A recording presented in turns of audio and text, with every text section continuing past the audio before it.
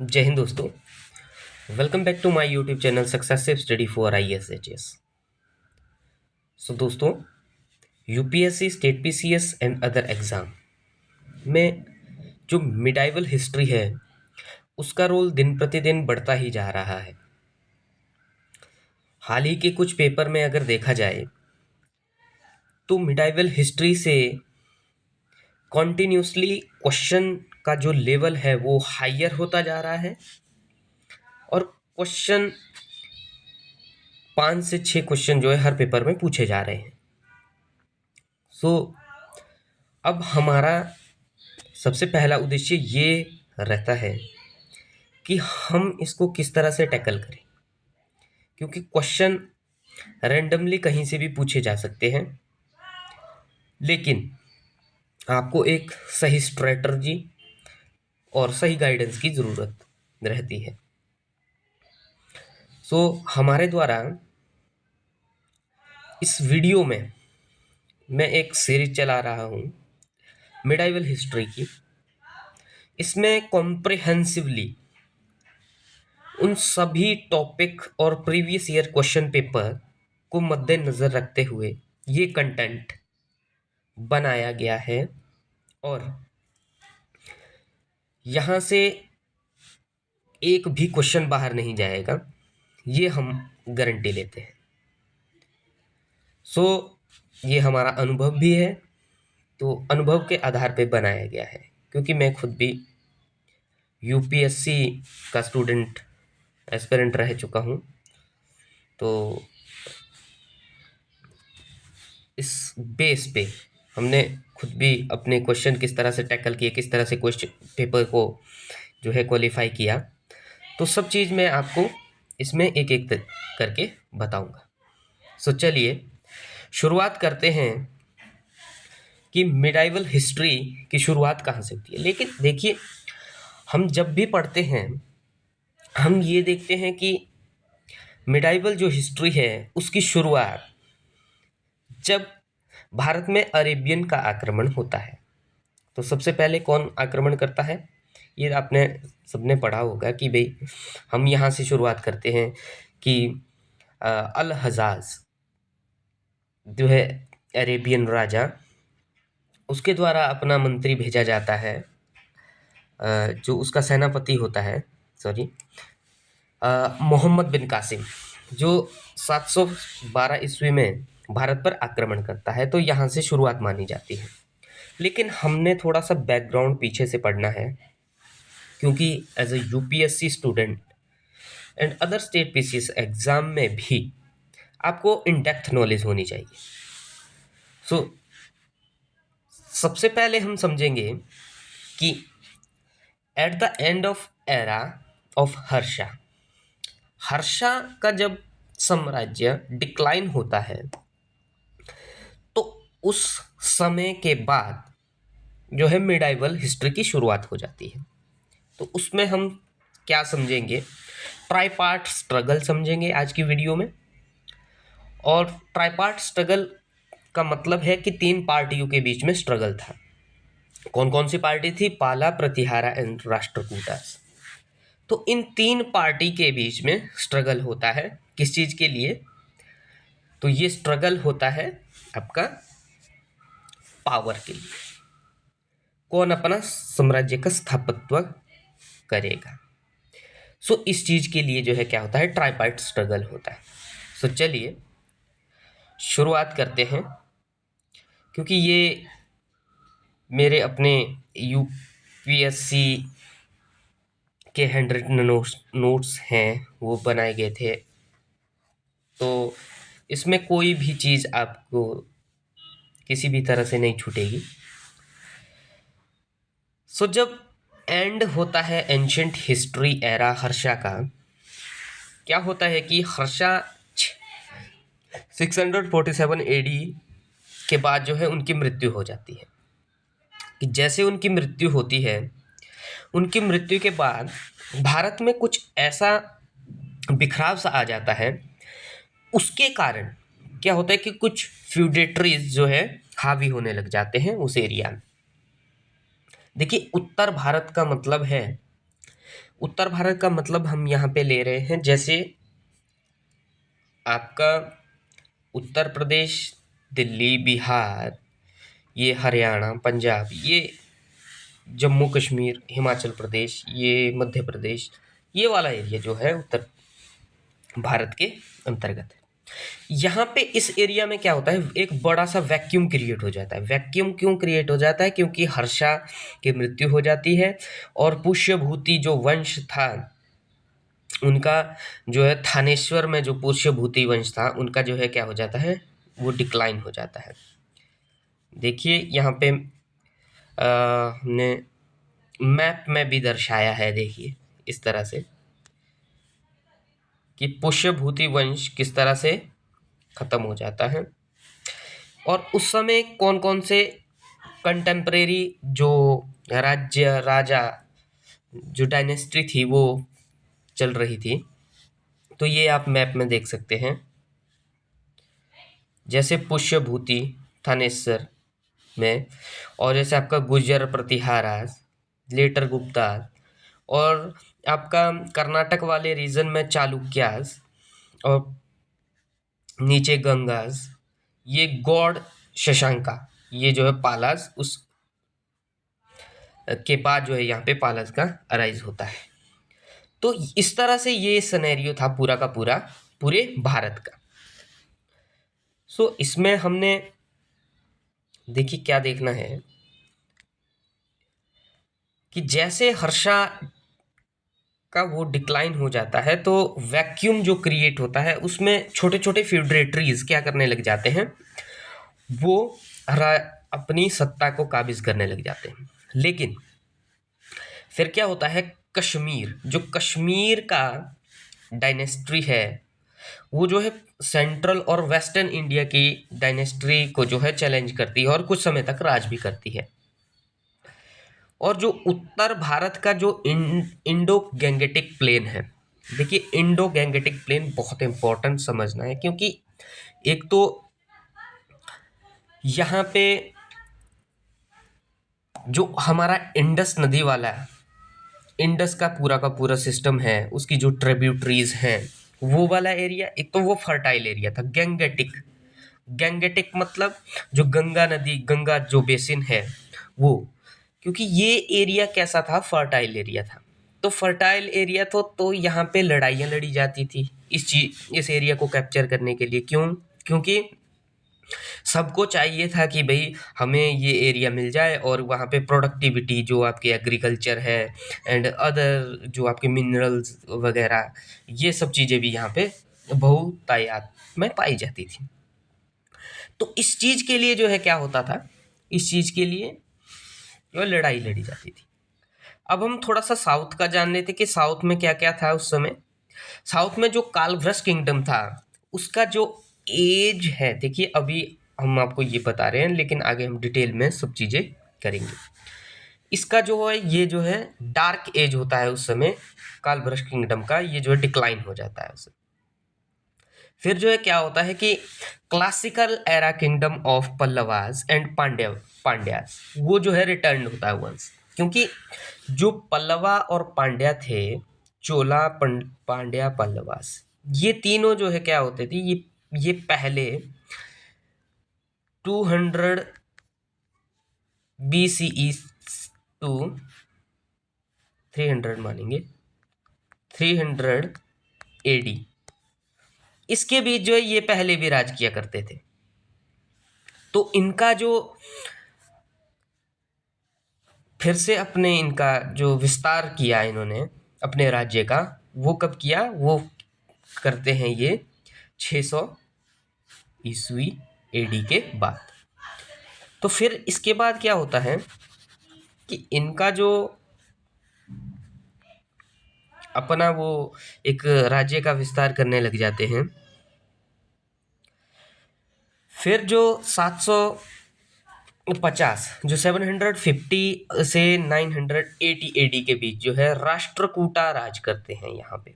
कौन कौन से? पहले चालुक्याज यहाँ पे राज करते हैं बादामी और कर्नाटका में, साउथ वाले आपके सेंट्रल इंडिया में, और ये जो है 6th सेंचुरी से 12th सेंचुरी के बीच इनका वो रहता है। फिर जो है इसके बाद राष्ट्रकूटाज आते हैं, और फिर उसके बाद देखिए यहाँ पे मैंने लिखा है कि भूतनाथ टेम्पल जो है बादामी के चालुक्याज ने बनाया था। जो भूतनाथ टेम्पल है वो बादामी के चालुक्याज ने बनाया, तो ये पॉइंट जो है याद रखने का है। फिर उसके बाद क्या होता है कि ये यहाँ पे इन द नॉर्थ, नॉर्थ में क्या होता है कि जो चाच डायनेस्टी होती है, सबसे पहला आक्रमण किसके ऊपर हुआ था? चाच डायनेस्टी के ऊपर। अब चाच डायनेस्टी कौन सी है, देखिए मैं आपको यहाँ पे दिखाने की कोशिश करता हूँ। ये देखिए सिंध वाले जो रीजन में, ये देखिए जो ये सिंध वाले रीजन में है वो चाच डायनेस्टी यहाँ पे राज करती थी। तो यहाँ पे वो पहला आक्रमण होता है किसका? ये होता है आपका मोहम्मद बिन कासिम का। तो चाच डायनेस्टी के राजा कौन थे? दाहिर, दाहिर राजा। तो यहाँ पे इनका होता है। आगे हम डिटेल में इस सब चीज़ों को जानेंगे। सबसे पहले हमें जानना है आज की उसमें कि ट्राइपार्ट स्ट्रगल के बारे में। तो राष्ट्रकूटा क्या होता है कि राष्ट्रकूटा जो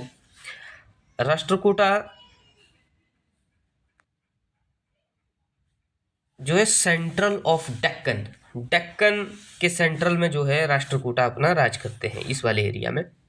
और क्या होता है जब ये यहाँ पे अपना राज करते हैं तो ये किस क्लैन से थे? ये पूछा जाता है कि कौन से क्लैन से थे ये राष्ट्रकूटा।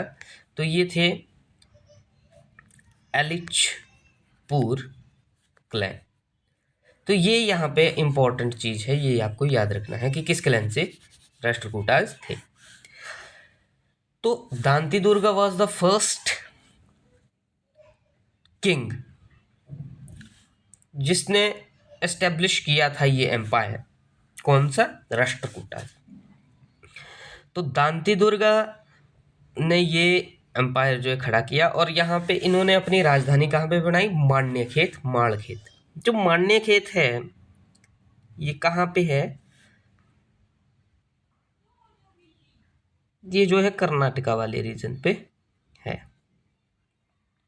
फिर उसके बाद क्या होता है कि जो नॉर्दर्न में 7th एडी से लेके 12th एडी तक जो है क्या होता है कि पॉलिटिकल जो वैक्यूम था उसमें जो कश्मीर, गांधारा, सिंध, गुजरात, कन्नौज, अजमेर, मालवा और बंगाल, असम, इस वाले रीजन में यहाँ पे क्या था? पॉलिटिकल वैक्यूम था। फिर यहाँ पे क्या होता है कि जैसे कश्मीर जो है डोमिनेट करने लग जाता है, और जो प्रतिहाराज हैं वो जो है पावरफुल रूलर बन के जो है क्या करते हैं, वो नॉर्दर्न इंडिया पे जो है अपना राज करते हैं। और पाला जो है अपना लेटर जो है पाला फिर अपने उसको जो है कन्नौज के ऊपर अधिकार कर लेते हैं, फिर राष्ट्रकूट आ जाते हैं। तो इस तरह से ये ट्राई पार्ट स्ट्रगल चलता है। तो यहाँ पे जो स्ट्रगल होता है इन तीनों के बीच, तो जो आपका each wide for control for the territory of Ganga Yamuna Doab, तो गंगा यमुना दोआब के बीच जो ये इनका कॉन्फ्लिक्ट होता है कन्नौज वाले रीजन पे, क्योंकि कन्नौज एक ऐसे उसमें था एरिया, अभी भी आप देखें तो गंगा यमुना जो इसका दोआब में है कन्नौज, तो ये एक फर्टाइल हुआ एरिया। तो क्या कारण थे? देखिए सबसे पहले कारण हमें जानना बहुत ज़रूरी है कि कारण क्या थे, क्योंकि मेंस और प्रीलिम्स दोनों पॉइंट ऑफ व्यू से जो है क्वेश्चन यहाँ से आएगा और आपको यहाँ से करना है। देखिए पहला था कि रिच ट्रेड सेंटर, एक तो रिच ट्रेड सेंटर थे, एक फर्टाइल फॉर एग्रीकल्चर था, और significance of the power centre. ये तीनों चीज़ें थी यहाँ पे, तो इसलिए इस वाले रीजन को जीतना चाहते थे सभी। तो क्या होता है कि the Pala and Pratihara also clashed over the region for Banaras to south Bihar. ठीक है, साउथ बिहार पाला और प्रतिहारा के बीच जो है क्या होता है? क्लैश होता है। अब रिच इन सोर्स क्यों? क्योंकि उस एरिया में जो है वो एक तो रिच इन सोर्स मैंने पहले भी बताया था, और develop in the culture education, educational के लिए जैसे नालंदा हो गया, विक्रमशिला हो गया, तो इसलिए भी वहाँ पे क्या होता था, कल्चरल जो डाइवर्सिटी थी वो भारत की पहले से ही समृद्ध रही है। तो ये कारण था इन चीज़ों का। फिर राष्ट्रकूटाज के बारे में हम थोड़ा डिटेल में समझते हैं कि राष्ट्रकूटा, ये देखिए ये मैंने डायग्राम बनाया है, आप इसको देख सकते हैं। देखिए ये राष्ट्रकूटा जो है, इनका अधिकार कहाँ तक हो गया था कि पूरा का पूरा साउथ, सिर्फ आपका तमिलनाडु वाला कुछ हिस्सा और केरला वाला कुछ हिस्सा छोड़ के पूरा का पूरा इन्होंने कैप्चर कर लिया था। और आपका ऊपर ये कन्नौज तक, और पाला का भी कन्नौज तक अधिकार हो गया था, और गुर्जर प्रतिहारास का भी नॉर्थ में पूरा ये इनका अधिकार था। तो चलिए अब थोड़ा इनको डिटेल में जानते हैं। जो राष्ट्रकूटा किंगडम है उसको दांतेदुर्ग ने फाउंड किया, और माणिक्यखेत मालेखेत जो है इन्होंने अपनी राजधानी बनाई शोलापुर कर्नाटक में आज के समय। ठीक है। और dominate region around of the Maharashtra northern Karnataka, ये जो है इनके डोमिनेंस में रहा। तो राष्ट्रकूटा जो फाउट कंसिस्टेंटली विद, जैसे चालुक्य ऑफ वेंगी के साथ इनका युद्ध होता रहता था, और जैसे आपका पल्लवाज को इन्होंने हराया, पांड्याज को इन्होंने हराया। तो ये इनकी जो है मेन लड़ाइयाँ थी। मेनली इनका जो बॉर्डर बाउंड्रीज होती थी वो चेंज होती रहती थी, और चेंज होना, और जैसे गुर्जर प्रतिहारा ने इनको 200 साल बाद नर्मदा के नीचे तक जो है इनको एक्सटेंड कर दिया था। इनका जो मेनली जो बाउंड्री रहती थी वो नर्मदा नदी के नीचे ही रहती थी, तो इसलिए इनको जो है क्या कर दिया गया था, गुर्जर प्रतिहारा द्वारा जो है इनको उस वाले रीजन से ऊपर कभी आने नहीं दिया।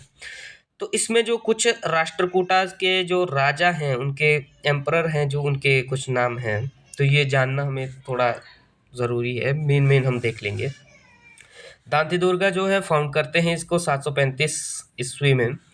तो इसके बाद जो है कृष्णा फर्स्ट और गोविंदा सेकंड, फिर जो है ध्रुवा, धर्मवर्षा, गोविंदा थर्ड, अमोघ वर्षा, ये इंदिरा थर्ड, जो मैंने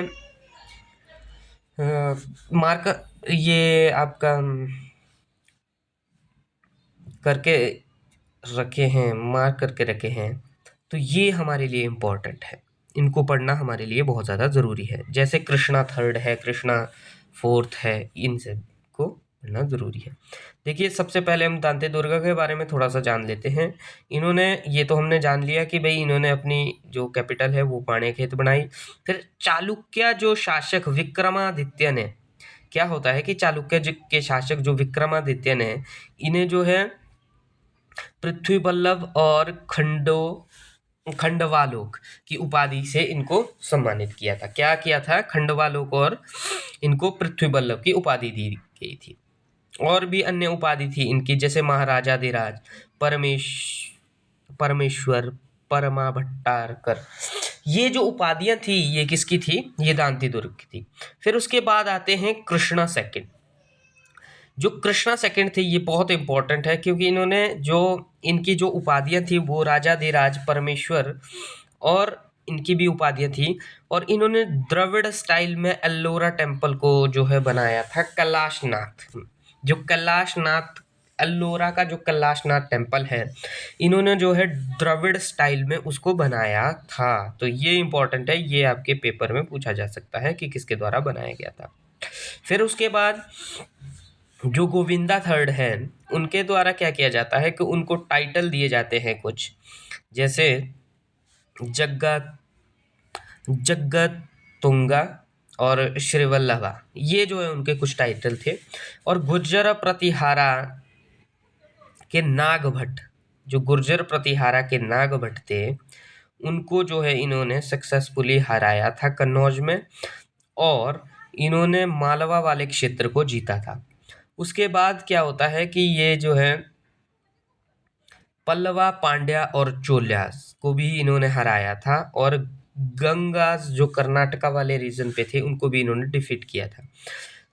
श्रीलंका तक जो है इन्होंने अपना साम्राज्य विस्तार किया, और जो इनका कैप्चर, बहुत सारा एरिया जो है इन्होंने कैप्चर किया। फिर उसके बाद अमोघ वर्षा, जो कि सबसे पावरफुल किंग थे इस डायनेस्टी के, तो इनको जो है, इनके जो टाइटल थे वो हमें जानना ज़रूरी है, क्योंकि ये आपको पेपर में पूछा जा सकता है। क्योंकि इनके टाइटल थे नरुपतुंगा और वीरनारायण, वीर नारायण और नरुपतुंगा, ये जो है इनके दो टाइटल थे। और इनका जो इनके द्वारा जो ये जो एक ऑथर भी थे, राइटर थे, इनके द्वारा जो है फर्स्ट कन्नड़ बुक, पोइट भी हैं ये फर्स्ट कन्नड़ बुक के। तो ये कौन सी थी इनके द्वारा लिखी गई? तो ये थी आपकी कीर्ता अर्जुनियम। देखिए कीर्ता अर्जुनियम ये जो है किसके द्वारा लिखी गई है? ये अमोघवर्ष द्वारा लिखा गई। बहुत इंपॉर्टेंट है। अगर आपसे ये पूछ लिया जाए कि ये जो बुक है इसको किसने लिखा, ये तो आपको पता लग गया, लेकिन ये जो किस के ऊपर बेस, किस चीज के ऊपर बेस्ड है, तो ये एक ग्रामर है और ये पोइट भी इसमें है। ये दोनों चीजों का समावेश है। ठीक है। एक इन्होंने और भी बुक लिखी है, तो उसका जो नाम है वो यहाँ पे दिया गया है। देखिए ये है पराशतो मल्लिका। ये जो है इन्होंने एक और बुक प्रश्नोत्तर मल्लिका लिखी है। फिर इनके द्वारा क्या किया जाता है? ये जो है जैनाज के नारायणा टेम्पल में पड्डकल इनके द्वारा बनाया जाता है। जो पड्डकल टेम्पल है वो नारायणा जैना का टेम्पल, वो द्वारा बनाया जाता है। इनके जो दरबारी कवि है वो बहुत इंपॉर्टेंट है, जिन्नसेन, जिन्होंने आदि पुराण नामक ग्रंथ लिखा। और इनके जो अन्य दरबारी कवि थे वो थे शक्टायन और शक्टायन, जिन्होंने क्या किया था? इन्होंने अमोघ वृद्धि और महावीराचार्य जो इनके और एक वो थे दरबारी कवि, इन्होंने गणित संग्रह सार, ये संस्कृत में लिखी गई इनकी बुक थी। ये आप देख लेना कि क्या क्या है वो। मैं आपको इसका जो पीडीएफ है वो मैं आपको अपने टेलीग्राम चैनल पे वो प्रोवाइड करवा दूंगा। सो इसके बाद क्या होता है कि इनके बाद अमोघा ने जो है माल्यखेत को राष्ट्रकूटा की राजधानी बनाया था। ठीक है। राष्ट्रकूटा की जो राजधानी थी इन्होंने फिर से जो है क्या किया था? माल्यखेत को बनाया था। फिर जैन जो मतानुयायी थे, जिन्होंने हिंदू देवी देवताओं का सम्मान करते थे और अपनी जो उंगली थी वो उन्होंने काट कर दे दी थी, किसको? महालक्ष्मी को चढ़ा दी थी। तो जैन मत अनुयायी होने के बावजूद भी अमोघ वर्षा जो क्या थे, ये बहुत हिंदू धर्म के प्रति भी, हिंदू धर्म तो इसके प्रति भी जो है क्या थे, ये उदार थे।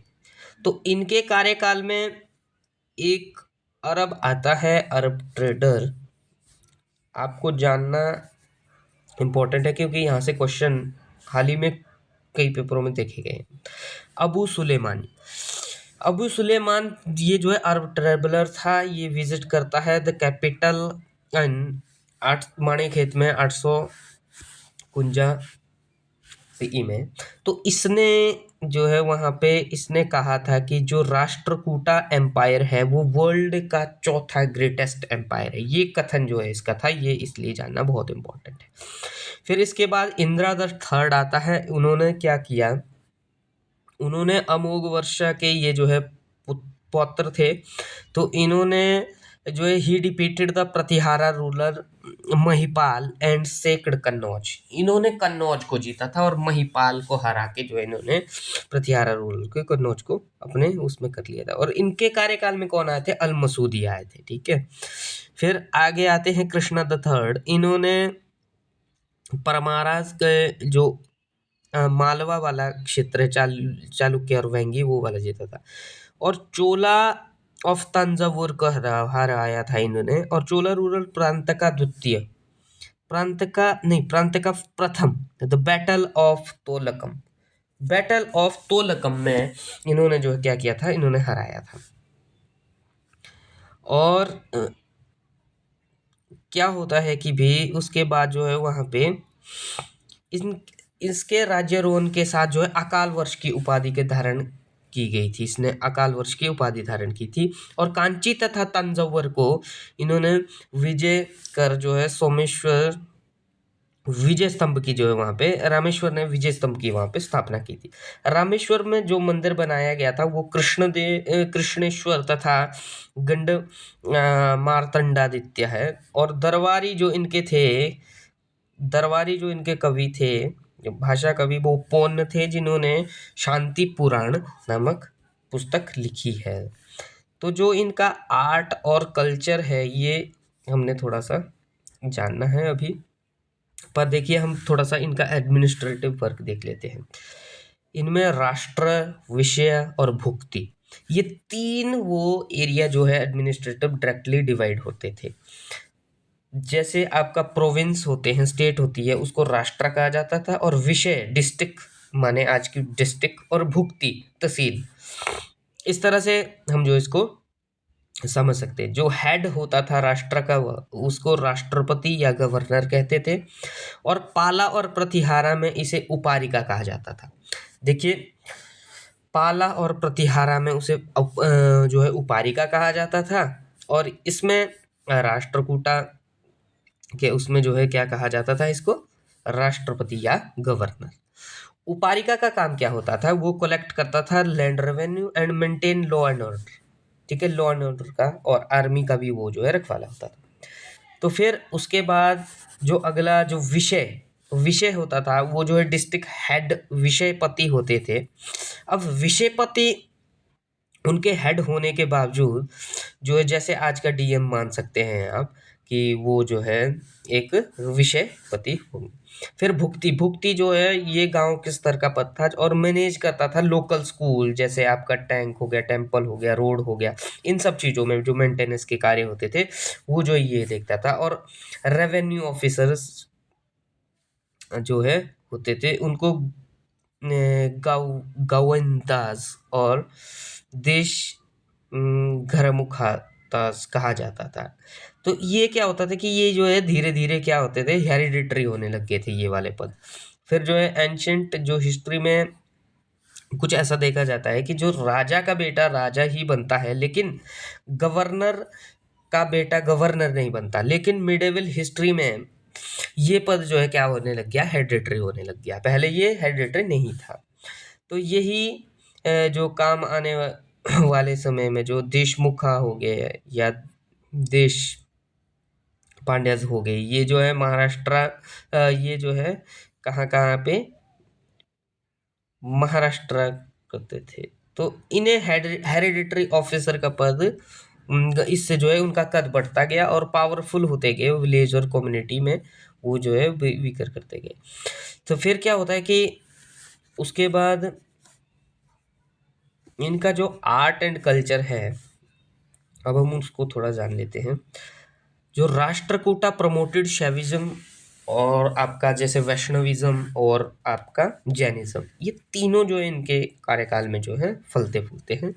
तो many Hindus and Buddha caves are Ellora built by, किसके द्वारा बनाए जाते हैं, राष्ट्रकूटाज के द्वारा जो है ज्यादातर बनाए जाते हैं। 9th सेंचुरी में जो फेमस रॉक कट टेम्पल अभी मैंने बताया था शिवा का, अल्लोरा में बिल्ड किया गया था, कृष्णवन कैलाश थर्ड। और ये औरंगाबाद में जो है, अगर आपको थोड़ा डिटेल में जानना है कि औरंगाबाद में है, और केव नंबर 16 को जो है कैलाश टेम्पल कहा जाता है। तो Rashtrakuta also allowed Muslim trader to settle. एक तो वो मुस्लिम ट्रेडर को मानते थे और वो जो है सेटल वहां पे रहते थे। जो ग्रेट एपरम शाह पोइट स्वयंभू, वो जो है and his son lived in the court, इनके कोर्ट में रहते थे।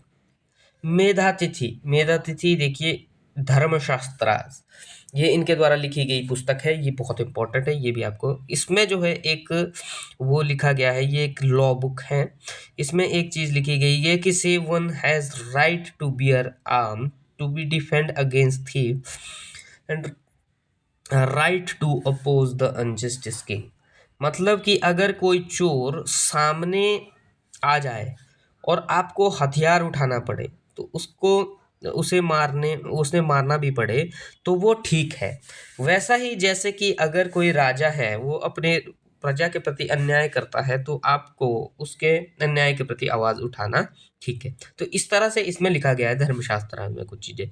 अब dancing girl plus music at the court, ये सब चीज़ें जो है वहाँ पे होती थी। और जो महिलाएं होती थी वो जो है उन्हें घूंघट नहीं पहनती थी वहाँ पे। और जो इनका राष्ट्र चिन्ह था वो गरुड़ था। और स्वर्ण मुद्राएं थी इनकी कुछ, ये बहुत इंपॉर्टेंट है, जैसे कलंजू, गायंस्क और कसु, ये तीन जो है इनकी बहुत इंपॉर्टेंट सोने की मुद्राएं थी। तो अमोघ वर्षास की जो डॉटर थी जिसका नाम था चंद्रवल्लभी, वो उसने जो है कुछ समय तक जो है राज किया था वहाँ पे रायचूर दोआब के समय में। तो राजा जो ध्रुवा और गोविंद फोर्थ ने जो है अंग्रेजों को अपने राज्य से जो है पदस्थ कर दिया था। तो three James of the ancient Kannada literature, जो त्रिरत्न है जिन्हें कहा जाता है, वो जो एंशिएंट जो कन्नड़ा लिटरेचर के हैं उन्हें पंपा रणा अर्पे पोना, ये आपको जानने बहुत इंपॉर्टेंट है क्योंकि ये क्वेश्चन यहाँ से जरूर देखा जा सकता है। जैसे आदि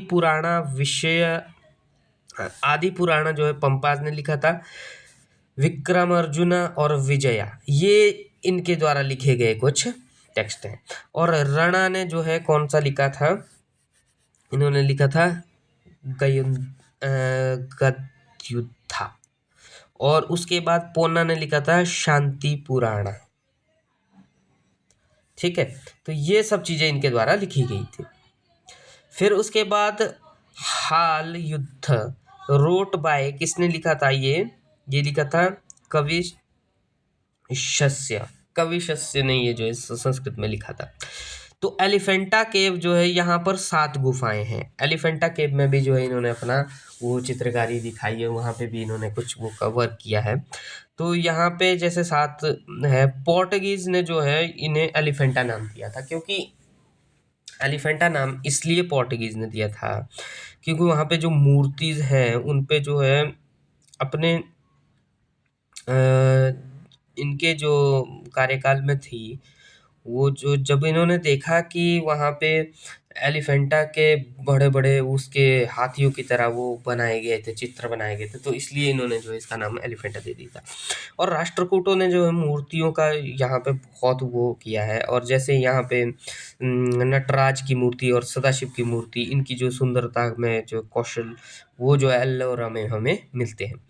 तो आज की जो वीडियो है वो हम यहीं तक रखेंगे क्योंकि हमने राष्ट्रकूटास के बारे में समझा। कल की वीडियो में हम पाला और प्रतिहारास दोनों को जो है कंप्लीट करेंगे।